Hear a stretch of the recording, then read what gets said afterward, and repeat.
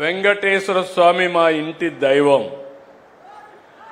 నేను ఎప్పుడు మా ఇంటి నుంచి చూస్తే వెంకటేశ్వర స్వామి నామాలు కనపడస్తాయి మంగాపురం ఆ సైడ్ నుంచి. అలాంటి వెంకటేశ్వర స్వామికి అపచారం చేసే పరిస్థితి ఈ మధ్యలో మీరు చూస్తున్నారు. అధికారంలో ఉంటే బూతులు తిడతారు, అపోజిషన్లో ఉంటే కూడా బూతులు తిడతారు. ఇది ఎక్కడ న్యాయమో ఏమయ్యా? మీకు ఇది కరెక్టేనా? మీకైతే కోపం రాదా? మీ తల్లిని తిడితే మీకు కోపం రాదా? మీ ఇంట్లో వాళ్ళని తిడితే మీకు కోపం రాదా? మనం తిట్టించుకోవడానికి రాజకీయం చేస్తున్నామా? బాధ, ఆవేదన, లెక్కలేనితనం, ఆంబూతులు మారిగా తయారైపోయారు. ఒకసారి రెచ్చగొట్టే ప్రయత్నాలు చేస్తున్నారు. రాష్ట్రాన్ని సర్వనాశనం చేశారు, గంజాయిమయం చేశారు. నేను ఆ రోజు మీకు చెప్పాను ఒక మాట, నేను అన్ని సమస్యలు పరిష్కారం చేస్తాను, కానీ గంజాయికి అలవాటు పడిపోతే అది ఒక వ్యసనంగా మారితే వాళ్ళని మార్చడం చాలా కష్టం అని చెప్పాను. మీకు జ్ఞాపకం ఉంటుంది. అదే జరిగింది. మొన్న మదనపల్లిలో చూశారు, మళ్ళీ గంజాయి తాగి మృగంగా ప్రవర్తించే పరిస్థితికి వచ్చాడు. నేను ఒకే మాట చెప్పాను, ఎవడైనా సరే ఈ రాష్ట్రంలో మత్తు సేవించి తద్వారా మానవత్వాన్ని పోగొట్టుకుంటే, ఆడబిడ్డల జోలుకొస్తే అదే మీకు చివరి రోజు అవుతుందని ఎన్నోసార్లు చెప్పాను. ఇప్పుడు కూడా ఆ మాట కట్టుబడి ఉన్నా. నేను ఎవరిని వదిలిపెట్టాను. చట్టం దాని పని చేసుకుంటూ పోతుంది.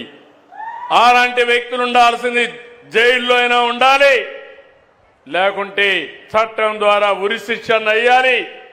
ఆ భయంతో ఎవరైతే ఈ తప్పులు చేశారో వాళ్లే అఘాయిత్యం చేసుకునే పరిస్థితి వస్తారు తప్ప ఎవరిని వదిలిపెట్టే పరిస్థితి ఉండదని మరొకసారి మీకు హామీ ఇస్తున్నా. నాకు ఒక వారసత్వంగా వచ్చింది మీరు చెప్పాలి, ప్రజలు ఆలోచించాలి. తిరుమల తిరుపతి దేవస్థానంలో ఒకప్పుడు మీరు తిరుపతికి పోయారు, 1924 పోయారా లేదా అని మిమ్మల్ని అడుగుతున్నా.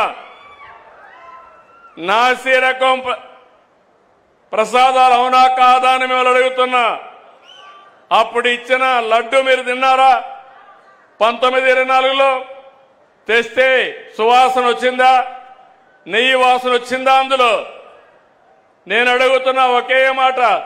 మా తమ్ముడు నామాలు కూడా పెట్టుకున్నాడు, అది పవిత్రత, దేవుని మీద అభిమానం.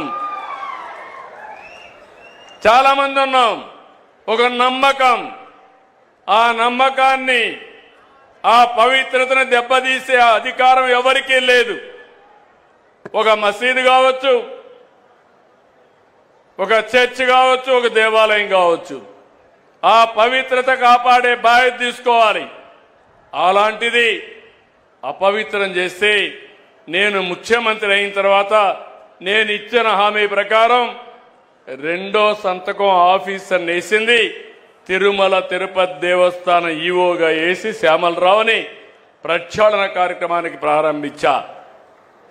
వస్తే నెయ్యి చూస్తే బాగా లేకపోతే తిరిగి పంపించి దాంట్లో నుంచి శాంపుల్ తీసుకొని ఎన్డీడీబీ పంపించారు. ఎన్డీడీబీ పంపిస్తే అందులో నుంచి ఎనిమల్ ఫ్యాట్ ఉందని ఆ రోజు చెప్పారు.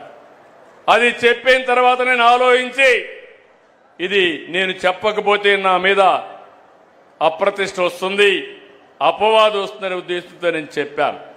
తర్వాత లేనిపోని సమస్యలన్నీ క్రియేట్ చేసి సుప్రీంకోర్టు వరకు పోయే పరిస్థితికి వచ్చారు.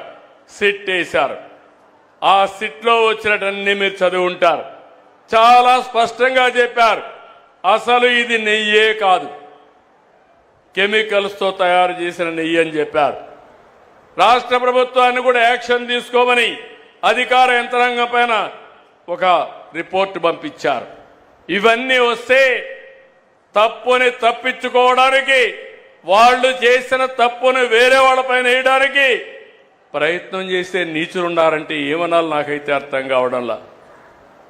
మీరందరూ ఒకసారి గుర్తుపెట్టుకోండి, ఆ రోజు నా మీద నేనే ముఖ్యమంత్రి, తెల్లవారు నిద్రలేశాను, Vivekananda Reddy murder. Please subscribe to Leo News. For more videos.